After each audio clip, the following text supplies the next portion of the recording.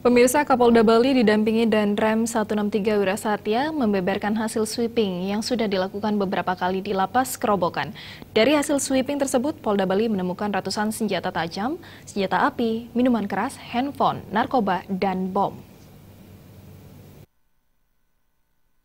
Dalam penggeledahan pasca bentrok di dalam lapas antar napi ormas-ormas di Bali yang menyebabkan 2 korban tewas itu, petugas berhasil menemukan barang-barang berbahaya, di antaranya ratusan senjata tajam, senjata api, minuman keras, handphone, narkoba, dan bom. Kapolda Bali Irjen Sugeng Priyanto dalam konferensi pers yang diadakan di lobi Polda Bali siang tadi membeberkan jumlah temuan tersebut, di antaranya 7 pucuk senjata api beserta amunisinya, berbagai jenis senjata tajam yang jumlahnya 320 buah, 6 dus minuman keras, 223 gram sabu-sabu, dan 4 buah bom. Senjata api, senti, 7 pucuk. Senjata tajam, berbagai jenis, 320 pucuk.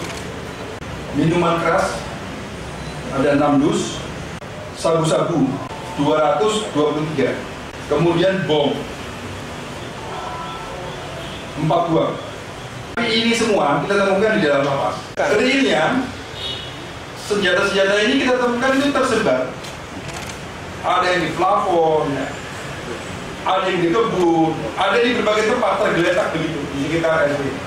Irjen Sugeng Priyanto menambahkan barang-barang tersebut ditemukan di berbagai tempat, baik di plafon maupun kebun, bahkan ditemukan juga sebuah bunker di salah satu sel yang berfungsi sebagai tempat penyimpanan barang-barang berbahaya tersebut, dan tentunya ini adalah ulah nakal para napi. Terkait temuan ini, lebih lanjut Kapolda bersama jajaran akan melakukan penyidikan, termasuk penyidikan terhadap kalapas yang sudah resmi dicopot dan petugas sipir lapas. Gargita dan Indrawi